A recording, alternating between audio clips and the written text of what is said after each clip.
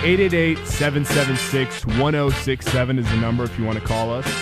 This is the C&O Show. My name's Othello Boucherb. I am super excited about our next guest. I actually grew up watching him on the Jerry Springer Show, and he's on to talk about his own show now, the Steve Wilkos Show. Steve, what's up, man? I'm doing good. How are you? Doing well. You've been hosting your own show for about 4 years now, right? Yes. And everyone knows you started with the Jerry Springer Show. How did you get involved with the Jerry Springer Show at first? Well, I was a Chicago cop, and they wanted to hire some off-duty security because the show was going in a different direction.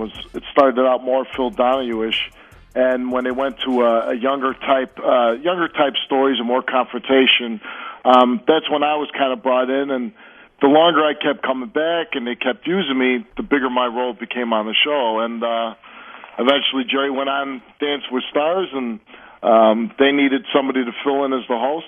I did a good job, and I guess NBC looked at me and said, hey, let's give this guy his own show. Nice. So you were doing law enforcement before you started doing the show. At what point did you say, all right, I'm making enough money doing the shows. Peace out, law enforcement? Well, it wasn't even so much about the money. It was about I had just gotten married at the time, and I was getting up in the morning at 9 a.m. and working shows all day and then working as a cop until midnight.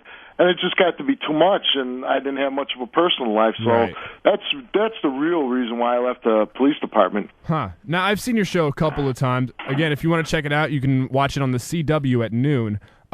Give people an idea of what they can see on your show that's different from other talk shows. Well, basically, it's the only show where you're going to see somebody deal with topics that a policeman would. I mean, really, my job is not much different than a policeman's anymore. It's I'm going on stage and I deal with the topics and the people the same way I did as a policeman, and we deal with abuse and drug addiction and runaway children and parents having problem with their children and things of that nature. Now, do we do the cheating and the DNA testing? We throw that in. He is not your father. and basically, that's what policemen deal with too. We get, spouses that are upset that their other half is cheating on them, and they call the police. So, again, what you're seeing with me is a guy that walked the streets of Chicago for 12 years, and I'm walking basically the streets of Chicago on my stage.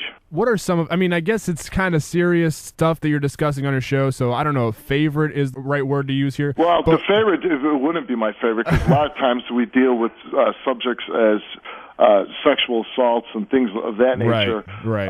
And they are very powerful shows, and they do rate really well. But would I say they're my favorite show to do? No, not at all. Especially with anything that has to do with crimes against children. Right. It really affects me a lot more now than it ever did, because I have two small children of my own. So you think about things like that are going on, and it definitely worries you. So do you enjoy it? Is it fun for you at all doing these shows? I love doing my show. One, it gives me a great deal of personal satisfaction. I think we are helping people. The show makes a little bit of difference in people's lives. There are, along with the harder topics, there are some easier topics, and there are times when the show is incredibly funny and it makes me laugh. So I look forward to doing my show. What do you say to all the naysayers who think that every single aspect of talk shows is completely staged? A lot of people said that about the Springer Show. Well, listen, when I was on the Springer Show, the fights are fake and all this. No, they weren't. And I suffered 2 back operations, a concussion, a torn groin. So if they were fake and I was getting hurt like that, I'd certainly be really mad about it. At my show, there is no incentive to come on and fake it, lie about it, because you're not being compensated in any way. We reimburse people if they lost some money, or we pay for their expenses, but that's it. And you're coming on and you're saying, I did this, some really bad things at times. Right. And it's not fake. Do you and Springer still talk? Oh, yeah. I was out with Jerry. I stopped by because my wife is his executive producer and my executive producer. Oh, okay. So, like today, my wife's taping his show. I'll go in and have lunch with her, and I'll stop by and I'll see Jerry. What's it like going out in public with that? I imagine seeing you two together out in public is just insane for some people. I think people are surprised they don't see us together. Right. But Jerry's a great guy. He's great to hang out with because thing about Jerry, he's a very smart guy, and he can talk about everything from politics to sports to what's going on in the world.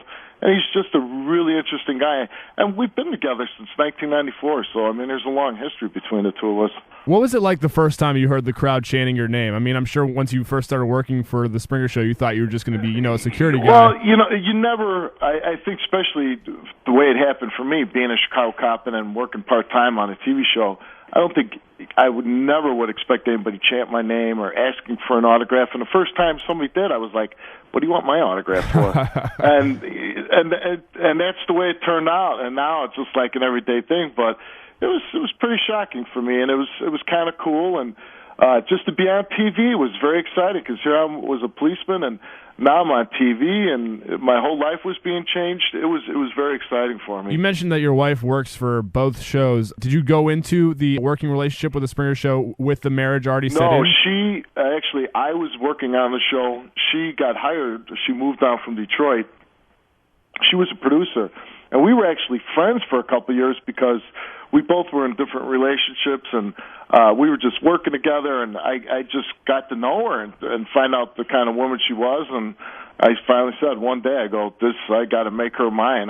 This is the kind of woman I want to marry, and that's how it happened. What's the craziest thing you think you ever saw? Oh, my God. I mean, it's like saying, go through the encyclopedia and pick out, I was telling the story of, and this might not sound like a lot to you, but it freaked me out.